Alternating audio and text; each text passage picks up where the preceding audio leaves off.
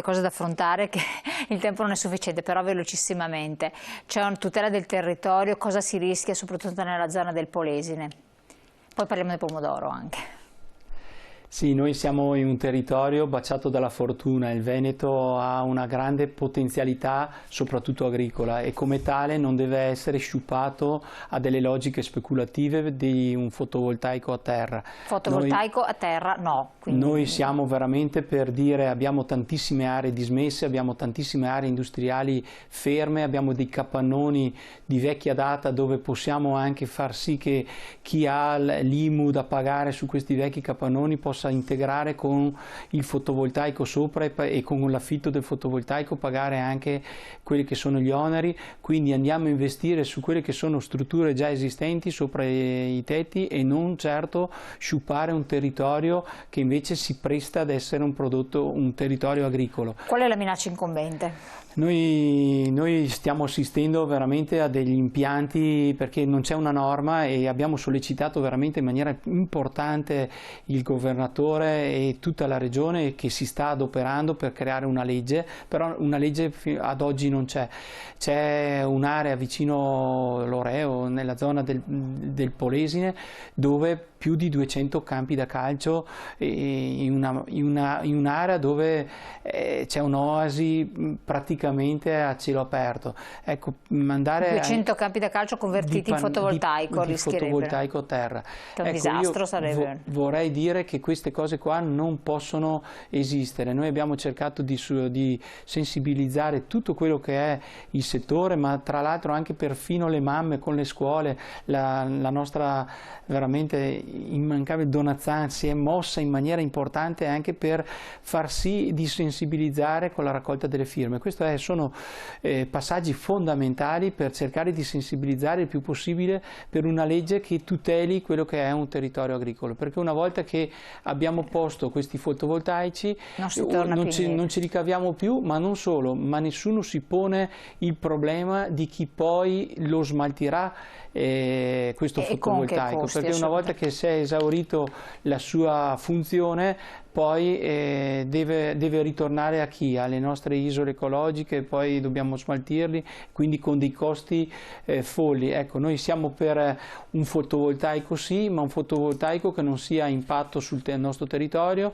che sia sui tetti delle nostre case, delle nostre aziende, dei nostri capannoni. Ma non per terra dove si deve coltivare. Ma non certo sulle aree dove possiamo coltivare e dare futuro anche ai nostri giovani e ai nostri agricoltori. A proposito di danni sempre dovuti dall'ambiente e cambiamenti, ci sono state delle gelate all'inizio di aprile, hanno provocato dei danni ingenti e delle produzioni in particolare. Quali? In che termini? Guardi, noi soprattutto a Verona ho ricevuto una lettera commovente dal nostro vescovo Zenti nell'essere vicino ai nostri agricoltori. L'8 e 9 di aprile c'è stata una gelata notturna importantissima, quasi vorrei dire da mettere a calendario perché non c'era ricordo, e pur con tutti gli impianti di antibrina sono state colpite tutte quelle che sono i meleti, sono stati colpiti i peschetti, sono state colpite le culture, quindi l'albicocco e soprattutto il kiwi.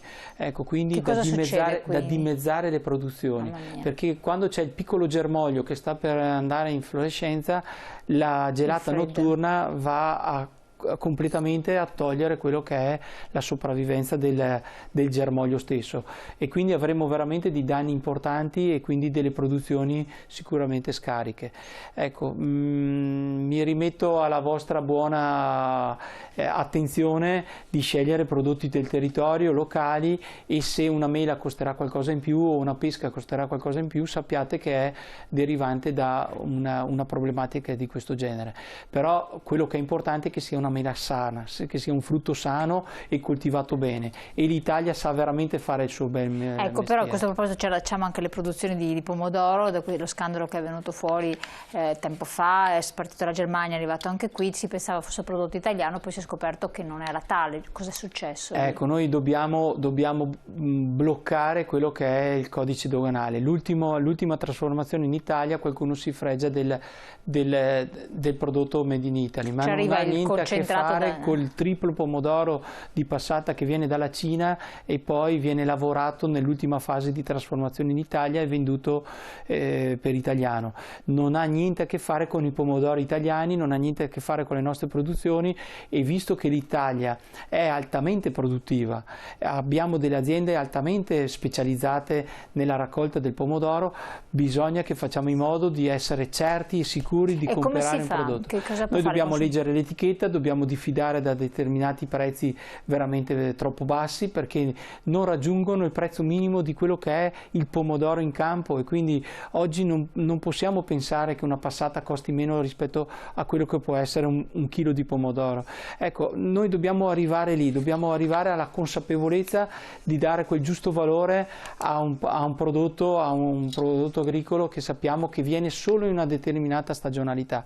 È come il discorso delle banane e delle ananas. Noi non vogliamo boicottare nulla, ma vogliamo far sì che nel periodo di produzione delle mele si consumino le mele, si consumino le pesche, si consumino le ciliegie nostre, non la banana che ha fatto chilometri e chilometri di nave inquinando e arrivando da oltreoceano. Queste sono delle piccole sensibilità che veramente il piccolo produttore, il piccolo consumatore può dare un grande segno, perché se non comprano quel prodotto poi gli rimane lì, e quindi dà spazio al produttore locale e di stagione. E di stagione, questo è un altro aspetto importante.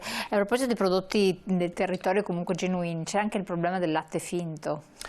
Cos'è questa cosa che leggevo? Qua veramente sta venendo avanti di tutto e di più. Oggi si parla veramente del latte finto, allora siamo proprio alla frutta.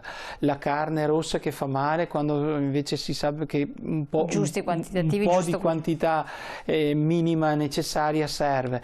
Ecco, io vorrei dire, e qua veramente lancio veramente una freccia importante per quanto riguarda la nostra montagna. Noi abbiamo i pascoli con un tessuto erboso tale che è di una quantità pregiatissima, così tale che può essere ricco di nutrizione sia per il latte che per i formaggi. Quindi perché dover andare a non investire sulla nostra montagna, sui nostri alti pascoli? E perché no? C'è la mucca, ma c'è anche l'ovino. Oggi la transumanza è stata una delle pratiche che non è mai stata portata alla luce, invece ha un valore inestimabile per fare in modo che la nostra gente rimanga sui territori, perché altrimenti diventano zona di nessuno e quindi alla mercé di tutti. Invece una buona salvaguardia del nostro territorio vuol dire anche trovare un ambiente sano, pulito, in ordine e con dei pascoli ben sfalciati. Ma come riconoscere che sia latte vero? Beh, c'è una legge importantissima, c'è una legge sul 100% italiano. Questa l'abbiamo voluta veramente noi di Coldiretti in maniera importante, e anche le altre organizzazioni, ma è una legge nella quale dobbiamo pretendere di comprare solo latte 100% italiano, perché oggi le nostre regole dei nostri allevatori italiani sono sicuramente più restrittivi che non del latte che viene dalla Germania, dalla Polonia o dall'Ungheria. Lo sappiamo benissimo, anche le condizioni di salute degli animali sono fondamentali, le stalle sono fondamentali, sapere che abbiamo dei pascoli all'aperto sono importanti, e quindi la condizione, norme igieniche, le norme igieniche io ritengo che siano doverose, e queste danno quel valore aggiunto anche in un alimento. Grazie mille Daniele Salvagno, presidente Coldiretti Veneto, nonché presidente della Redoro, titolare della Redoro, insomma, produzione di olio d'oliva della zona del Garda, ed è stato qui con noi. L'ultimo messaggio: non si capisce nulla ormai, cerchi su internet, troverai una qualsiasi studio che ti dirà che un qualsiasi prodotto farà male, non un prodotto si salva, fateci caso. E bisogna stare molto attenti, effettivamente imparare, di volta in volta però con il vostro supporto qualcosa di in più si impara, quindi grazie appunto agli agricoltori che riescono a trasmettere anche il loro messaggio. Gli auguriamo buon lavoro naturalmente, alla prossima occasione. Sì. E grazie di questa ospitalità, e sarà veramente mia cura venire a spiegare quelle che sono tutte le nozioni che anche i nostri padri, i nostri agricoltori ci hanno insegnato, ed è giusto che alle nostre generazioni future vengano trasmesse. Consigli per l'uso sempre. Grazie Presidente, grazie a voi telespettatori di aver partecipato con i vostri messaggi. Come sempre la puntata poi la trovate anche in replica sul nostro sito internet. Buon proseguimento.